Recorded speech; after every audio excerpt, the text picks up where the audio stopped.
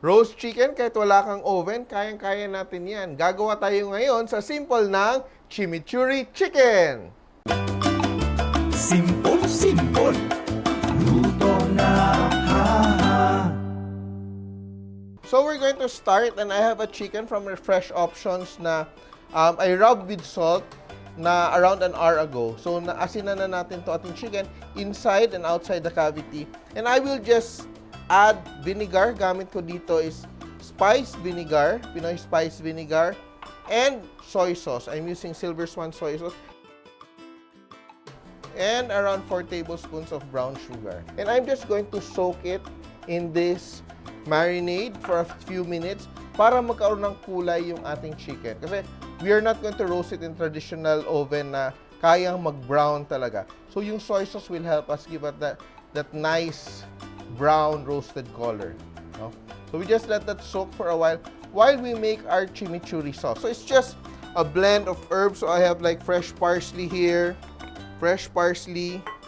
Then I have green onions. I have garlic. Yan. Medyo maraming garlic yung gamit ko. Siling labuyo, but I removed the seeds para hindi na siya masyadong maanghang.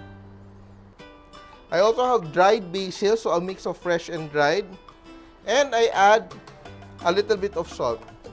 So just a little bit of rock salt so that ito siya tutulong sa akin na mag-blend.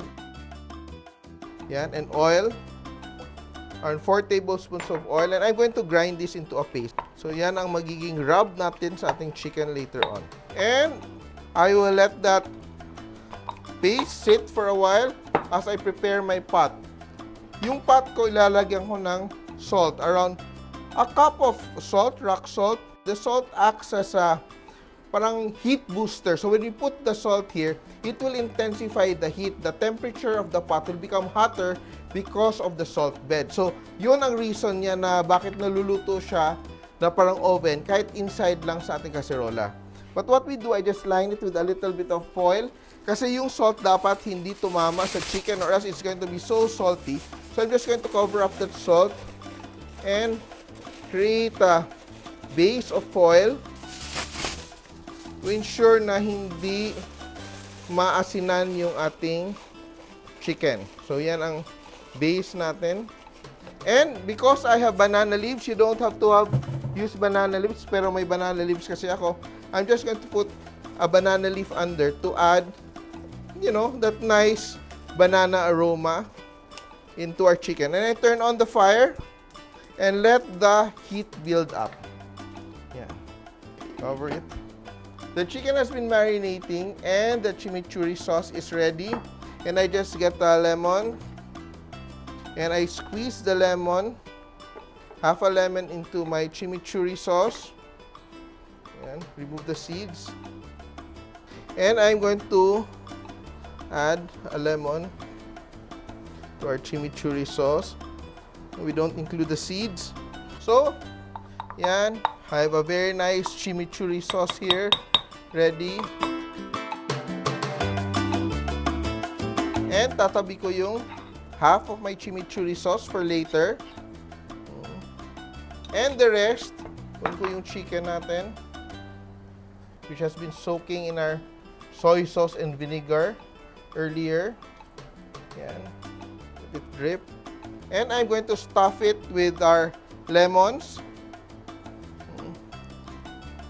And tingnan mo ha, papakita ko sa inyo, instead of trussing it with a piece of string, ifo-fold ko lang yung wing tips, fold inward, and insert into the elbow.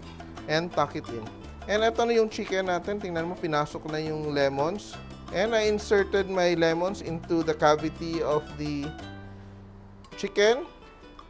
And I will put some marinade and some chimichurri inside para ma-infuse yung flavor. And the rest, I will rub into the chicken. And again, I will close my chicken. Instead of tying with a string, ito, you pull the skin, yung sobrang skin niya, and bubutasan natin siya. One on each side. Look at that. One on each side. Yan. So, The left leg, you insert into the right side, yung butas sa kabilang side, and you cross the other side. Yan. And the left to the right. So nakikita mo, and now we have a very nice thrust chicken. Look at that. Tucked together. Yan, and our pot is already very hot, you see. And we put the chicken in the middle.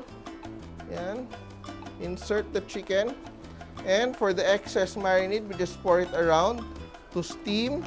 And we will cook this for around an hour and 10 minutes.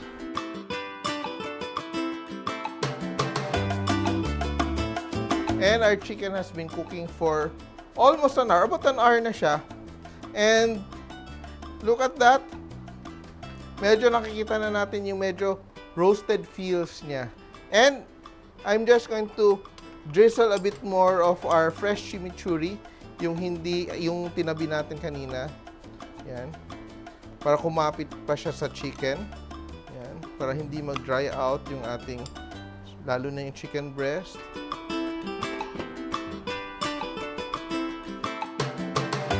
And our chicken is done. Wow, ang bango dito. Di ba amazing? Roast chicken nasa kaserola mo lang.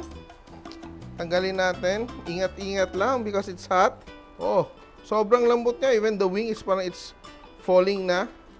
Yan. Oh. And we have to let it rest before we slice it up. Meron akong drippings dito na konti, but be sure na hindi siya nahuluan ng asin or else it's going to be too salty. So, yung excess ko na drippings, lalagay ko lang dito sa aking chimichurri sauce. And ito na yung chicken natin. Look at that. Yan. Diba? Napaka-exciting. Lagyan lang natin ng konting abubot sa gilid. Meron tayong pa-parsley ng konti sa gilid para fancy looking. And lalagyan ko siya ng konting sides. Kasi gumawa ako ng sides, hindi na ako masyadong nag-effort. Pero meron akong coleslaw, meron akong cornbread, then meron din akong corn and carrots. Diba? And I'm going to slice a lemon. Para meron akong lemon. Dito na ako isa-slice yung lemon ko. Yan. Have some lemon on the side. Of course, my chimichurri. Just to refresh our chicken, I'm going to drizzle some on top. Yan. Look at that. And voila. Diba? I'm sure you will not feel churri for this chimichurri chicken.